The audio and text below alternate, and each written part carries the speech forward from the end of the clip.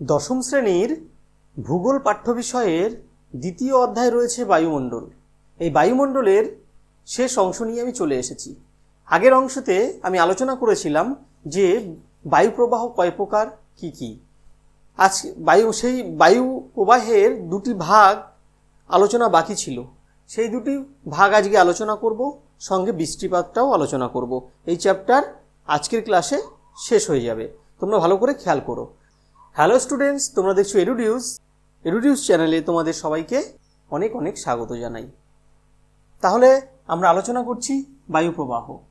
বায়ু প্রবাহের শ্রেণীবিভাগ আমরা দুটি অংশ আলোচনা করেছিলাম, নিয়ত বায়ু এবং সাময়িক বায়ু, এই দুটো আলোচনা করেছিলাম।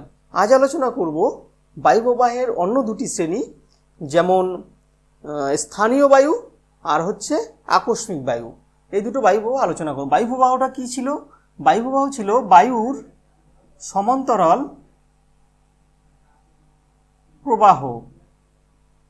বায়ুর সমান্তরাল প্রবাহ এক স্থান থেকে অন্য স্থানে, তাহলে এটা হচ্ছে বায়ু প্রবাহ। বায়ুর ভূমির যে ভূপৃষ্ঠ, পৃথিবী পৃষ্ঠ, সেই পৃথিবী পৃষ্ঠের সমান্তরালে বায়ুর এক স্থান থেকে অন্য স্থানে গমন হলো বায়ু প্রবাহ। এই বায়ু প্রবাহ কয় প্রকার ছিল? 1 নম্বর ছিল নিয়ত বায়ু, 2 নম্বর ছিল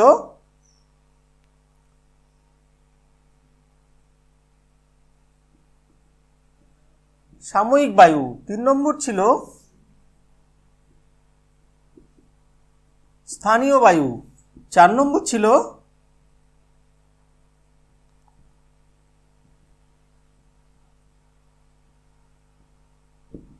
আকস্মিক বায়ু।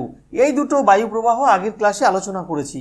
আজ করব স্থানীয় বায়ু এবং আকস্মিক বায়ুর সম্পর্কে আলোচনা। তাহলে আজকে আমি চলে যাই স্থানীয় বায়ু, বিস্তারিত আলোচনা স্থানীয় বায়ু সম্পর্কে। স্থানীয় বায়ু 3 নম্বর, 1 2 3।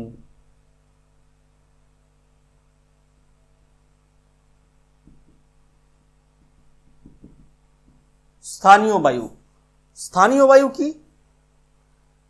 স্থানীয় বায়ু হচ্ছে বছরের নির্দিষ্ট সময়ে নির্দিষ্ট দিকে, মানে নির্দিষ্ট দিক থেকে নির্দিষ্ট দিকে উষ্ণ ও শীতল যে বায়ু প্রবাহিত হয় তাকে বলে স্থানীয় বায়ু। তাহলে বছরের নির্দিষ্ট সময়ে তাপ ও চাপের পার্থক্যে বায়ু প্রবাহ, আমরা জানি যে তাপ ও চাপের পার্থক্যের ফলে কিন্তু বায়ু ছোটে এক জায়গা থেকে আরেক জায়গায়। তাহলে তাই high pressure area, low pressure এরিয়ার সৃষ্টি হয়। High pressure area, low pressure এরিয়ার জন্যই কিন্তু তারপরে বায়ু হাই প্রেশার থেকে লো প্রেশারের দিকে ছুটতে থাকে। তাহলে স্থানীয় বায়ু নির্দিষ্ট একটি অঞ্চলকে কেন্দ্র করে এই বায়ু প্রবাহটা দেখা যায়, ঠিক আছে? তাহলে একটা নির্দিষ্ট জায়গা থেকে নির্দিষ্ট দিকে এই বায়ুটা প্রবাহিত হয়, তাই নাম স্থানীয় বায়ু। যেহেতু একটি বিশেষ অঞ্চলের উপর দিয়ে এই বায়ুটা প্রবাহিত হয়। এই বায়ু কয় ধরনের আছে? এই বায়ু 2 ধরনের আছে, উষ্ণ স্থানীয় বায়ু আর একটা শীতল স্থানীয় বায়ু। এই 2 ধরনের বায়ু আছে, উষ্ণ স্থানীয় বায়ু আর শীতল স্থানীয় বায়ু। এই 2 ধরনের বায়ু প্রবাহ আমরা দেখতে পাই বিশেষ অঞ্চলকে কেন্দ্র করে। উষ্ণ বায়ুর মধ্যে কি রয়েছে? উষ্ণ বায়ুর মধ্যে রয়েছে ফন। কোথা থেকে কোথায় প্রবাহিত হয়? ফন হচ্ছে শীতকালে আল্পস পার্বত্য অঞ্চল থেকে ফ্রান্সের রাইন নদীর উপত্যকার দিকে। তাহলে ফন একটি উষ্ণ ও শুষ্ক বায়ু। তাহলে উষ্ণ ও শুষ্ক বায়ু, এই ফন কোথা থেকে কোথায় প্রবাহিত হয়? আল্পস পার্বত্য অঞ্চল থেকে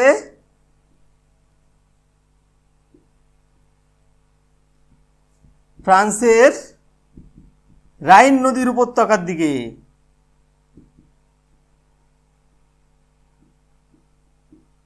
এটা গেল ফন। ফন একটি উষ্ণ ও শুষ্ক বায়ু, আমি প্রথমেই বলেছি এটি একটি উষ্ণ বায়ু। ঠিক আছে, আল্পস পার্বত্য অঞ্চল থেকে ফ্রান্সের রাইন নদীর উপত্যকার দিকে এই বায়ুটা প্রবাহিত হয়। ঠিক আছে, ফন হয়ে গেল একটা স্থানীয় বায়ু, কোন জায়গার উপর দিয়ে? আল্পস পার্বত্য অঞ্চল থেকে ফ্রান্সের রাইন নদীর উপত্যকার দিকে প্রবাহিত হচ্ছে। 2 নম্বর হচ্ছে চিনুক। চিনুক কোথা থেকে কোথায় প্রবাহিত হয়? চিনুক হচ্ছে উত্তর আমেরিকার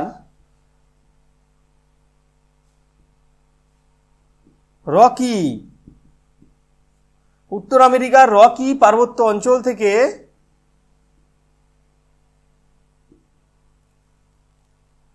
পেইরি অঞ্চলের দিকে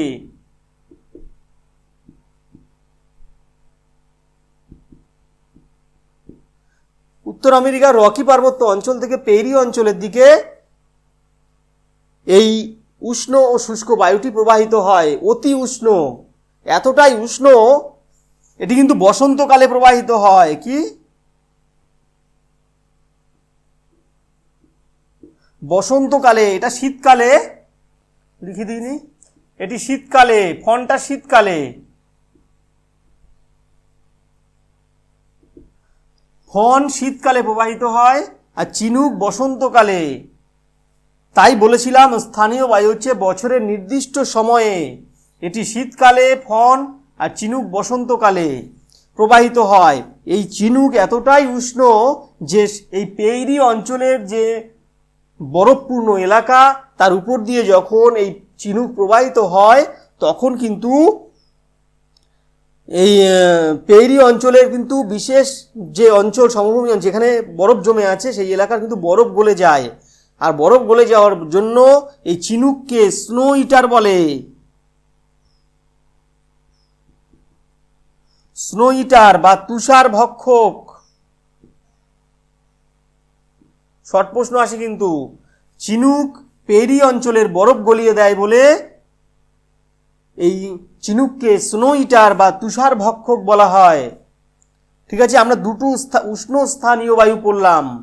এরপরে আছে কি? শিরক্ষ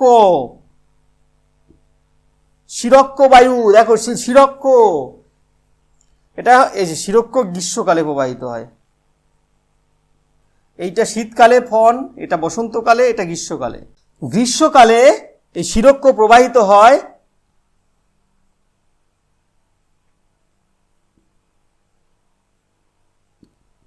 আফ্রিকার লিবিয়া মরুভূমি থেকে ভূমধ্য সাগরের দিকে।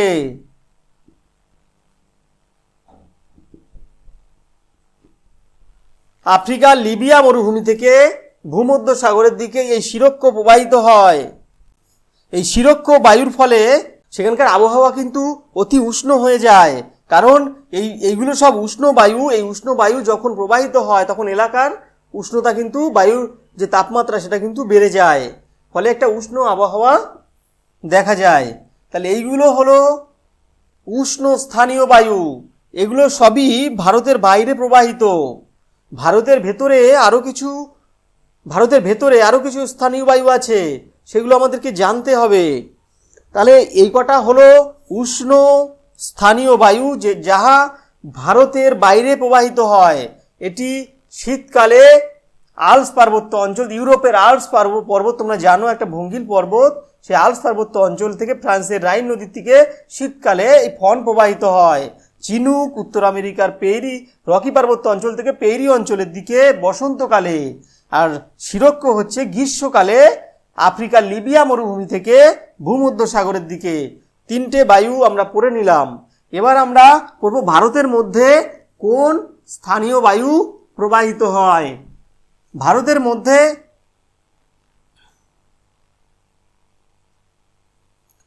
লু প্রবাহিত হয়। লু একটা স্থানীয় বায়ু, কিন্তু তাপপ্রবাহ। লু হচ্ছে একটা তাপপ্রবাহ। বায়ুটা যখন বয়ে যায় তখন এতটা উষ্ণ বায়ু যে গায়ে লাগলে ফোস্কা পড়ে যায়। এই লু হচ্ছে অতি উষ্ণ।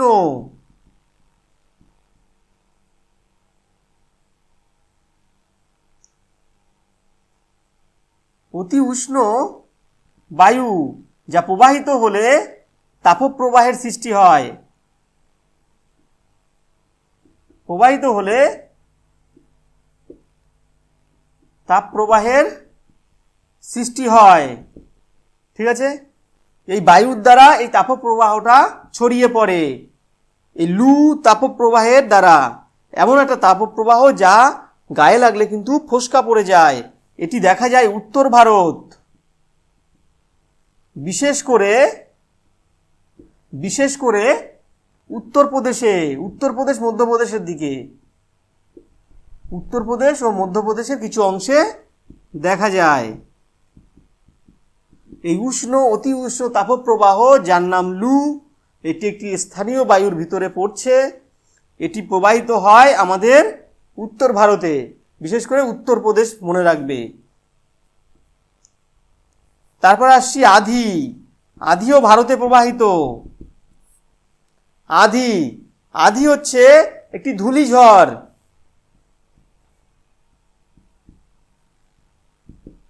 আধি হচ্ছে কি?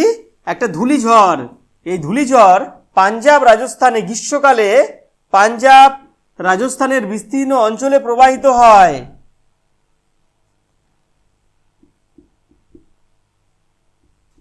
পাঞ্জাব রাজস্থানের বিস্তীর্ণ অঞ্চলে এই ধূলিঝড় প্রবাহিত হয় যার নাম আধি।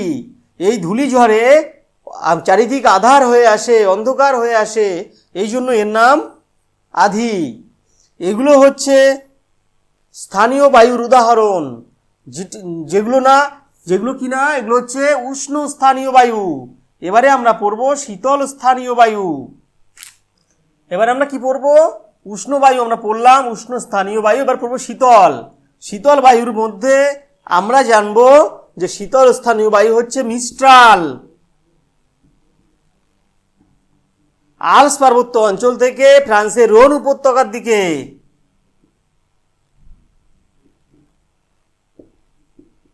আল্পস পার্বত্য অঞ্চল থেকে ফ্রান্সের রোন, ফন কিন্তু রাইন নদীর উপত্যকার দিকে, আর এটা রোন উপত্যকার দিকে।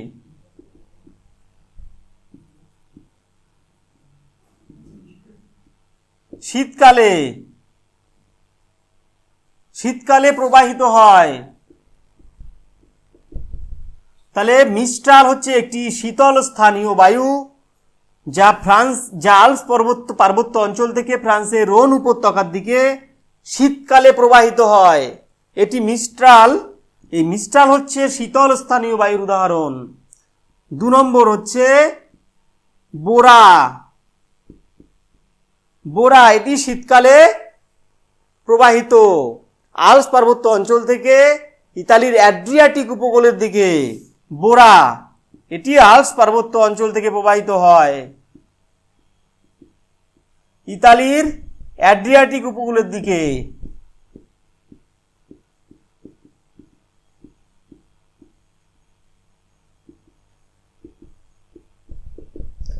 এটি শীতকালে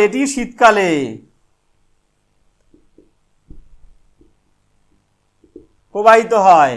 তাহলে শীতকালে প্রবাহিত আল্পস পার্বত্য অঞ্চল থেকে ইতালির অ্যাড্রিয়াটিক উপকূলের দিকে এই বোরা। তাহলে 2টি শীতল বায়ু পড়লাম, বাদবাকি সব উষ্ণ বায়ু, উষ্ণ স্থানীয় বায়ু। এই 2টি মনে রাখবে, এই 2টি হচ্ছে শীতল স্থানীয় বায়ু। ঠিক আছে, 4টে অপশান দিয়ে বললো নিম্নের কোনটি শীতল স্থানীয় বায়ুর উদাহরণ, তখন এইগুলো কিন্তু থাকবে সেখানে। তাহলে আমরা স্থানীয় বায়ু পড়লাম। ঠিক আছে, এবারে আমরা পড়ব আকস্মিক বায়ু।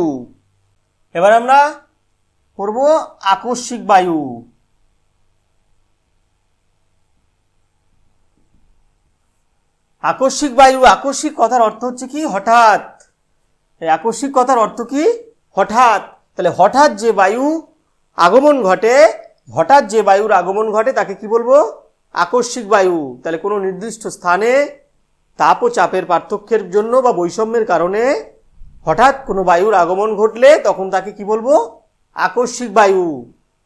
ঠিক আছে, এই আকস্মিক বায়ু 2 প্রকার। আকস্মিক মানে হঠাৎ আগমন ঘটে,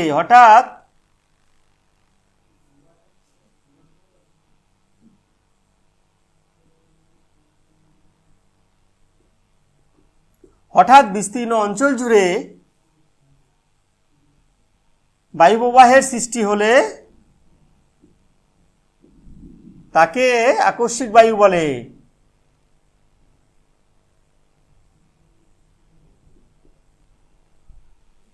ঠিক আছে, অবশ্যই তাপ ও চাপের পার্থক্যের জন্য, বায়ু সবসময় তাপ ও চাপের পার্থক্যের জন্য তার প্রবাহ ঘটে থাকে।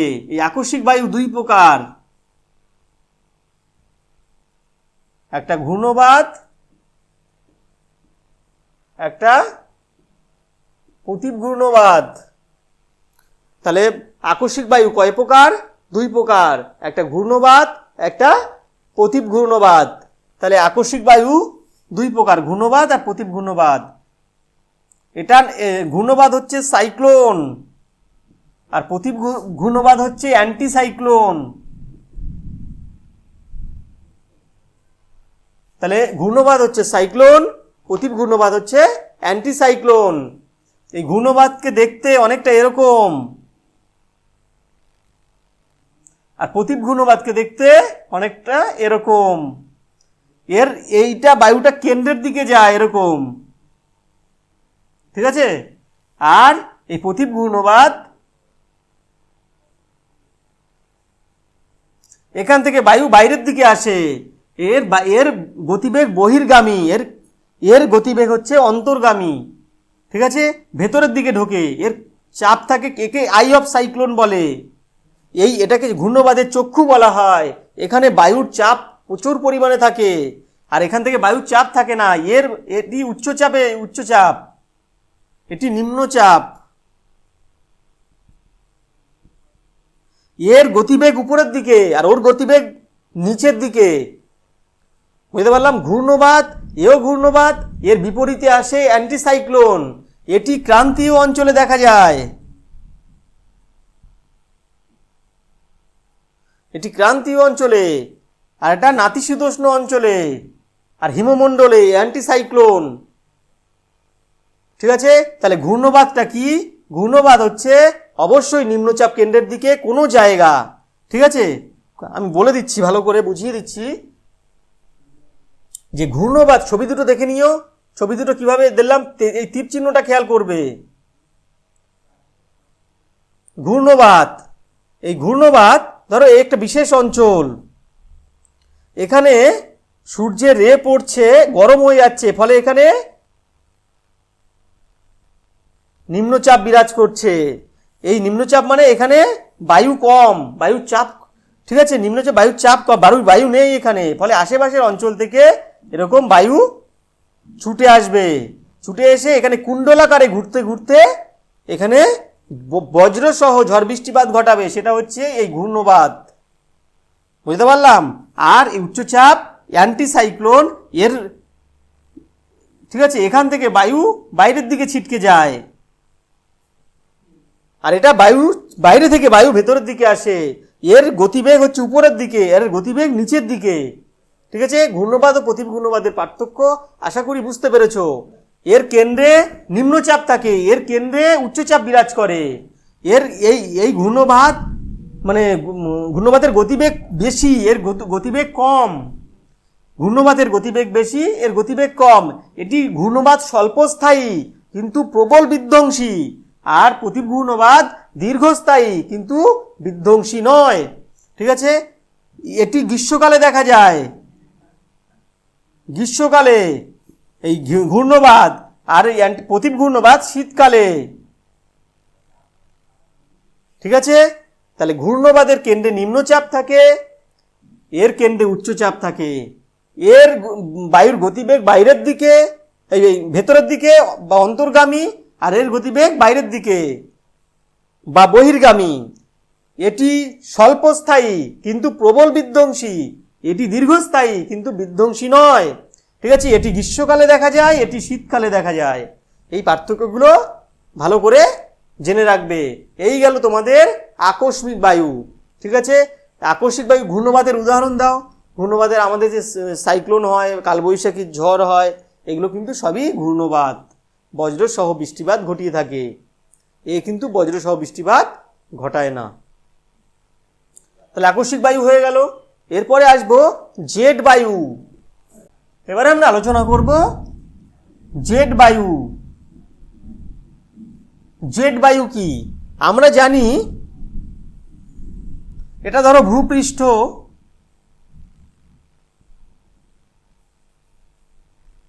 এটা ধরো ভূপৃষ্ঠ। এখান থেকে আমরা জানি কি উপরের দিকে এখানে টপোস্ফিয়ার রয়েছে 18 কিমি পর্যন্ত রয়েছে না? টপোস্ফিয়ার প্রথম বায়ুমণ্ডলের প্রথম স্তরটি কি টপোস্ফিয়ার। এখান থেকে 18 কিমি, ধরো এখানে ধরো 7 কিমি আছে, এখানে ধরো 14 কিমি আছে। তাহলে জেট বায়ু এইটুকুর ভিতরে প্রবাহিত হবে, এই বরাবর। কিরকম? এরকম সাপের মতো এঁকে বেঁকে।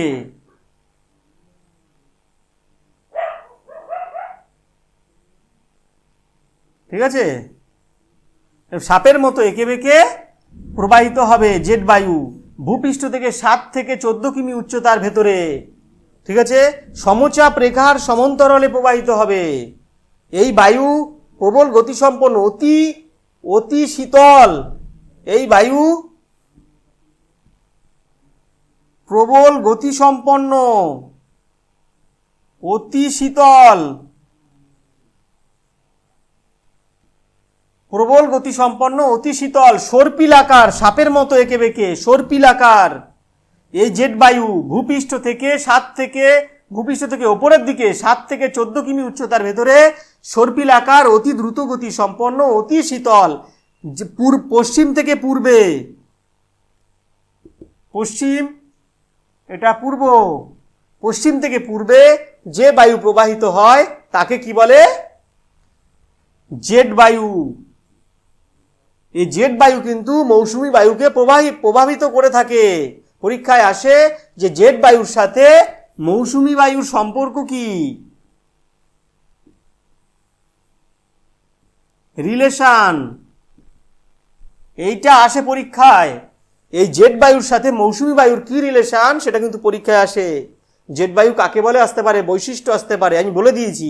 প্রবল গতিসম্পন্ন, সর্পিলাকার, অতি শীতল, 7 থেকে 14 কিমি উচ্চতার ভেতরে প্রবাহিত, সমচাপ রেখার সমান্তরালে। ঠিক আছে, এই বায়ু হচ্ছে জেট বায়ু। জেট বায়ুর সাথে মৌসুমী বায়ুর সম্পর্ক কি? জেট বায়ুর সাথে মৌসুমী বায়ুর সম্পর্ক হচ্ছে, মৌসুমী বায়ু, এই জেট বায়ু 3 প্রকার। এই জেট বায়ু 3 প্রকার। 1 নম্বর হচ্ছে ক্রান্তীয় জেট বায়ু, ক্রান্তীয় জেট বায়ু। 2 উপক্রান্তীয় জেট বায়ু।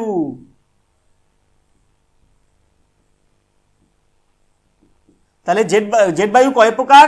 3 প্রকার। ক্রান্তীয় পূবালী জেট বায়ু বা ক্রান্তীয় জেট বায়ু, উপক্রান্তীয় পশ্চিমী জেট বায়ু, আর একটা হচ্ছে মেরুদেশীয় জেট বায়ু। মেরুদেশীয় জেট বায়ু, এই 3 প্রকার জেট বায়ু। এই মেরুদেশীয় জেট বায়ুর সাথে মৌসুমী বায়ুর সম্পর্ক তেমন নেই। আমাদের জানতে হবে ক্রান্তীয় জেট বায়ুর সাথে উপক্রান্তীয় জেট বায়ুর সাথে মৌসুমী বায়ুর কি রিলেশন। এই দুটি বায়ু যখন ভারতবর্ষে ওঠানামা করে, প্রবাহিত হয়, তখন কিন্তু মৌসুমী বায়ু ভারতে প্রবেশ করে। ঠিক আছে, এই ক্রান্তীয় পূবালী জেট বায়ু আর উপক্রান্তীয় পশ্চিমী জেট বায়ু, যে এই উপক্রান্তীয় পশ্চিমী জেট বায়ু যখন উত্তরে সরে যায়, তখন এই ক্রান্তীয় পূবালী জেট বায়ু ভারতে প্রবেশ করে। আর মাঝখান থেকে এই মৌসুমী বায়ু কিন্তু নিম্নচাপের কারণে ভারতবর্ষে প্রবেশ করে যায়, দক্ষিণ পশ্চিম মৌসুমী বায়ু। তাই এই উপক্রান্তীয় পশ্চিমী জেট বায়ু আর ক্রান্তীয় পূবালী জেট বায়ুর সাথে মৌসুমী বায়ুর কিন্তু ঘোরতর রিলেশন রয়েছে। সুতরাং এটা ভালো করে তোমরা স্টাডি করবে। এবারে আমরা আলোচনা করব আপেক্ষিক আর্দ্রতা।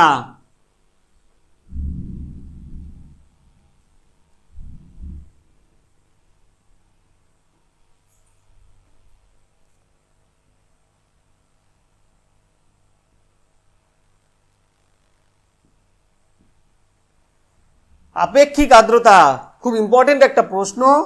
আপেক্ষিক আর্দ্রতা খুব ইম্পর্টেন্ট প্রশ্ন। কোনো নির্দিষ্ট উষ্ণতায়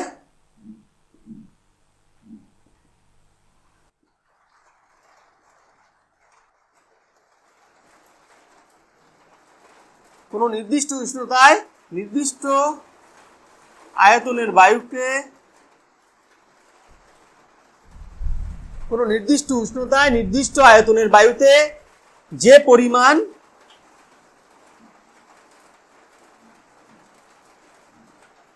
জলীয় বাষ্প আছে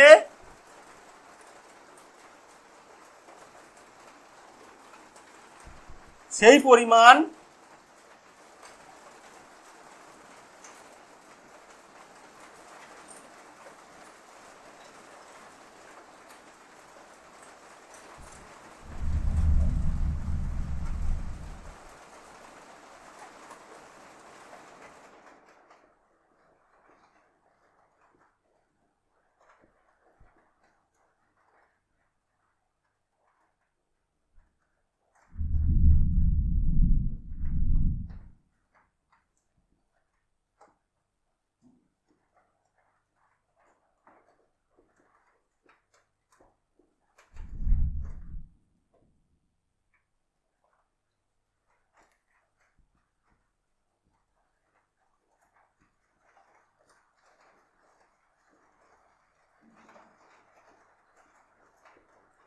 তাহলে দেখো আপেক্ষিক আর্দ্রতা কি হলো?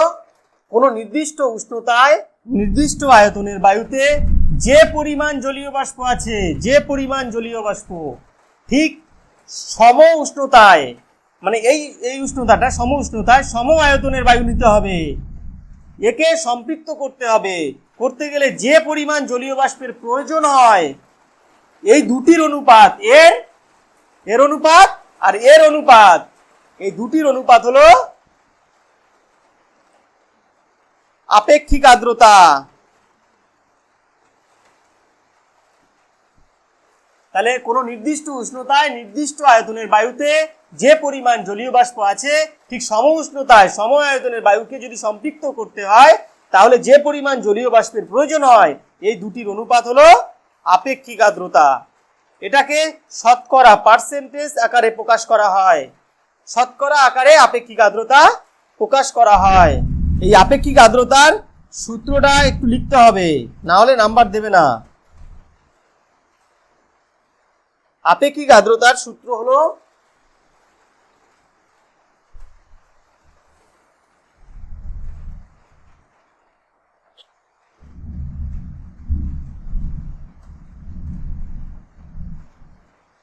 নির্দিষ্ট উষ্ণতায়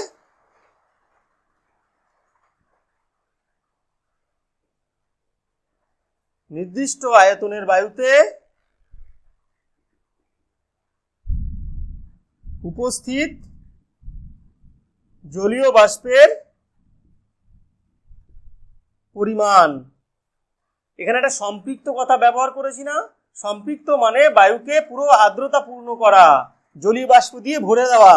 তাহলে নির্দিষ্ট উষ্ণতায় নির্দিষ্ট আয়তনের বায়ুতে উপস্থিত জলীয় বাষ্পের পরিমাণ ডিভাইডেড বাই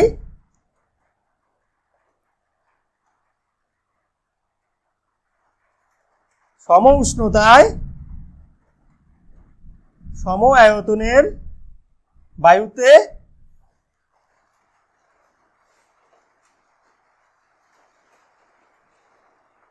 বায়ুকে সম্পৃক্ত করতে প্রয়োজনীয় জলীয় বাষ্পের পরিমাণ।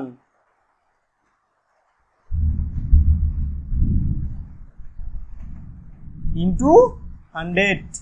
এটা গেল আপেক্ষিক আর্দ্রতার সূত্র। ভালো করে এটা পড়তে হবে, এই সংজ্ঞার সাথে এই সূত্রটা দিতে হবে, তাহলেই হবে আপেক্ষিক আর্দ্রতাটা পুরো ক্লিয়ার। আপেক্ষিক আর্দ্রতা পুরো ক্লিয়ার আলোচনা হবে, এই সূত্রটা না দিলে হবে না। এটা শতকরা আকারে প্রকাশ করা, লিখতে হবে শতকরা আকারে প্রকাশ করা হয়। এটা কিন্তু তোমাদের বেলা 2 নম্বরের প্রশ্ন হিসেবে আসতে পারে, 3 নম্বরেও আসতে পারে। 2 বলে 3 বলে কিছু হয় না। যে কোশ্চেন সেটার সে কিন্তু যা খুশি তাই প্রশ্ন করতে পারে। এবারে আসবো বৃষ্টিপাত। এবারে আলোচনা হবে বৃষ্টিপাতের শ্রেণীবিভাগ।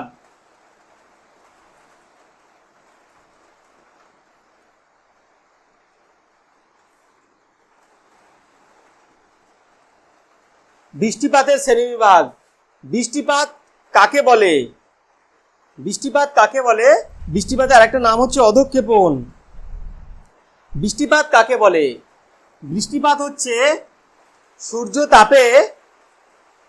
তাপে নদী নালা সমুদ্র খালবিল যত জলাশয় আছে, যত বায়ুমণ্ডল আছে, এই বায়ুমণ্ডলের জল বাষ্প আকারে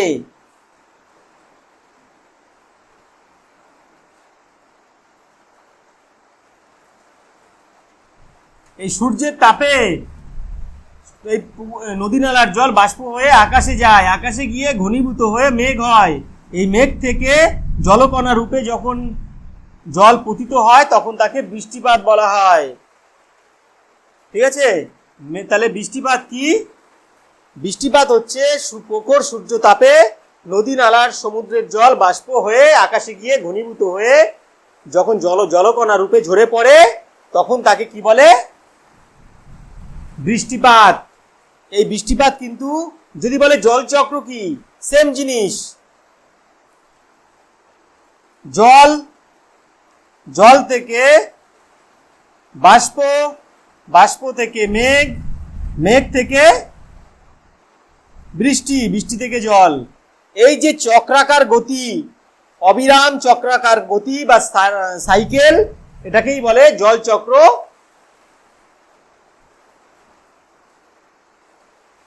ঠিক আছে, তাহলে এটা হচ্ছে জল চক্র। জল থেকে বাষ্প হয়ে মেঘ, মেঘ থেকে জল থেকে বাষ্প, বাষ্প থেকে মেঘ, মেঘ থেকে বৃষ্টি, বৃষ্টি থেকে জল। এই চক্রাকার আবর্তন গতি হচ্ছে জল চক্র। তাহলে এই বৃষ্টিপাত কয় প্রকার? এই বৃষ্টিপাত 3 প্রকার। বৃষ্টিপাত কয় প্রকার? 3 প্রকার। এই বৃষ্টিপাত কয় প্রকার? 3 প্রকার। 1 নম্বর পরিচলন বৃষ্টিপাত। 2 নম্বর শৈলক্ষেপ বৃষ্টিপাত। 3 নম্বর ঘূর্ণ বৃষ্টিপাত। এই বৃষ্টিপাতের শ্রেণীবিভাগটা তোমাদের বেলা খুব 5 নম্বরের আসতে পারে, খুব ইম্পর্টেন্ট। 3 প্রকার বৃষ্টিপাত। কয় প্রকার? বৃষ্টিপাত 3 প্রকার। পরিচলন বৃষ্টিপাত, শৈলক্ষেপ বৃষ্টিপাত, ঘূর্ণ বৃষ্টিপাত। পরিচলন বৃষ্টিপাতটা কি? ধরো এখানে সমুদ্র আছে, সূর্য তাপে জল বাষ্প হচ্ছে, ঠিক আছে, সূর্যের রে পড়ছে, জল বাষ্প হচ্ছে, আকাশে গিয়ে মেঘ হচ্ছে, মেঘ থেকে বৃষ্টি হচ্ছে। এই যেখানে সেখানে বৃষ্টিপাত ঘটিয়ে দেবে, এটাই হচ্ছে পরিচলন বৃষ্টিপাত। এই পরিচলন বৃষ্টিপাত সমভূমিতে যে কোনো জায়গায় ঘটতে পারে।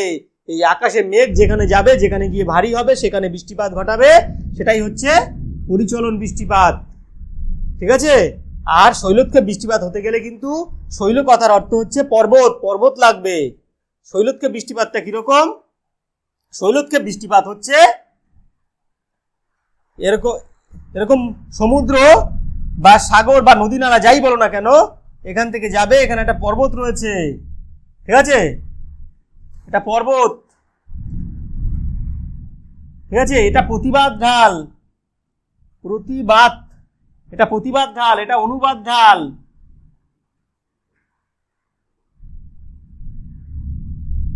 ঠিক আছে, এখান থেকে জল বাষ্প হচ্ছে, এখান থেকে বায়ু আসছে, বায়ু এই জলীয় বাষ্পটাকে সঙ্গে করে নিয়ে যাচ্ছে। ঠিক আছে, এটা জলীয় বাষ্পপূর্ণ আর্দ্র বায়ু।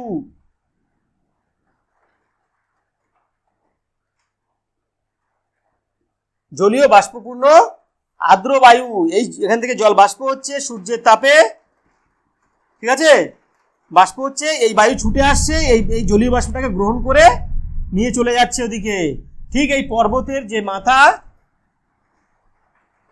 এই পর্বতের মাথায় বাধা পাচ্ছে, এই পর্বতের মাথায় বাধা পেল, বাধা পেয়ে জলীয় বাষ্পপূর্ণ আর্দ্র বায়ু পর্বতের মাথায় যে বাধা পেল, এখান থেকে পাক খেয়ে উপরে উঠে গেল, উপরে উঠে গিয়ে এখানে ঘনীভূত হয়ে এখানেই বৃষ্টিপাত ঘটিয়ে দেবে।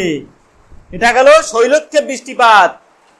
শৈল মানে পর্বত, আর ক্ষেপ মানে উৎক্ষিপ্ত হওয়া, উপরের দিকে ওঠা, এখান থেকে উপরে উঠে গেল, ধাক্কা লেগেই উপরে উঠে গেল, এখানে ঘনীভূত হয়ে বৃষ্টিপাত ঘটিয়ে দিল। এটাকে বলে শৈলক্ষেপ বৃষ্টিপাত। ঠিক আছে, এই বৃষ্টিপাতটা কিন্তু খুব ইম্পর্টেন্ট। শৈলক্ষেপ বৃষ্টিপাত ভিভিআই। এবারে এই বায়ু তো বৃষ্টিপাত ঘটালো, বায়ু তো আর এখানে থেমে থাকবে না, এখান থেকে আবার এই বায়ু এইদিকে চলে যাবে, তখন এই বায়ু কিন্তু এখানে হালকা বৃষ্টিপাত ঘটায় বা বৃষ্টিপাত ঘটায়ই না। ঠিক আছে, এই অনুবাদ ঢালে যখন পৌঁছায় তখন এই বায়ুর বৃষ্টিপাত ঘটানোর ক্ষমতা কিন্তু থাকে না। তাই এই অনুবাদ ঢালকে বলা হয় বৃষ্টির ছায় অঞ্চল। কি বলে? বৃষ্টির ছায় অঞ্চল। ঠিক আছে, এটা কিন্তু শৈলক্ষেপ বৃষ্টিপাত। এই শৈলক্ষেপ বৃষ্টিপাত, শৈলক্ষেপ বৃষ্টিপাত ওটা, আর ওপারেরটা বৃষ্টির ছায় অঞ্চল। কয় পর্বতের প্রতিবাদ ঢালে যে বৃষ্টিপাত হয় সেটা হচ্ছে শৈলক্ষেপ, আর পর্বতের প্রতিবাদ অনুবাদ, এই যে অনুবাদ ঢালে যখন এই জলীয় বাষ্প হিম বায়ু পৌঁছায় তখন তার বৃষ্টিপাত ঘটানোর ক্ষমতা থাকে না। তাই পর্বতের অনুবাদ ঢালকে বৃষ্টির ছায় অঞ্চল বলে। আশা করি শৈলক্ষেপ বৃষ্টিপাতটা বোঝা গেছে। এরকম চিত্র আঁকতে হবে পরীক্ষায়, নাহলে কিন্তু নাম্বার দেবে না। এবার আসছি ঘূর্ণ বৃষ্টিপাত। ঘূর্ণ বৃষ্টিপাত, এই ঘূর্ণ বৃষ্টিপাতে কি হয়? এই ঘূর্ণ বৃষ্টিপাত, ধরো এখানে সূর্যের তাপে প্রচন্ড গরম হয়ে গেল জায়গাটা, আশেপাশের অঞ্চল থেকে বায়ু ছিটকে আসবে, এখানে কুণ্ডলাকারে ঘুরতে ঘুরতে এখানে বজ্র বিদ্যুৎ সহ বৃষ্টিপাত ঘটাবে। এটাই হচ্ছে ঘূর্ণ বৃষ্টিপাত। তাহলে সূর্য তাপে কোনো এলাকায় যখন নিম্নচাপের সৃষ্টি হয় তখন আশেপাশের উচ্চচাপ কেন্দ্র থেকে বায়ু কুণ্ডলাকারে এরকম গোল গোল গোল গোল করে ঘুরতে ঘুরতে এই নিম্নচাপ কেন্দ্রের দিকে ধাবিত হয় এবং বজ্র সহ বৃষ্টিপাত ঘটালে তাকে বলে ঘূর্ণ বৃষ্টিপাত। তাহলে বৃষ্টিপাতের শ্রেণীবিভাগটা আলোচনা করলাম। ঠিক আছে, এই পরিচলন বৃষ্টিপাত দেখা যায় কোথায়? নিরক্ষীয় অঞ্চলে। বিকেল 4টের পরে এই পরিচলন বৃষ্টিপাতটা নিরক্ষীয় অঞ্চলে ঘটে থাকে। তাই এই পরিচলন বৃষ্টিপাতকে 4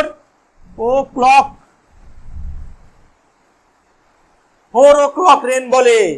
তাই এই পরিচলন বৃষ্টিপাতকে 4 o'clock রেন বলা হয়। ঠিক আছে, আর ঘূর্ণ বৃষ্টিপাতটা জানো আমাদের এখানে কালবৈশাখী ঝড় বয়ে যায়, ঘূর্ণ বৃষ্টিপাত।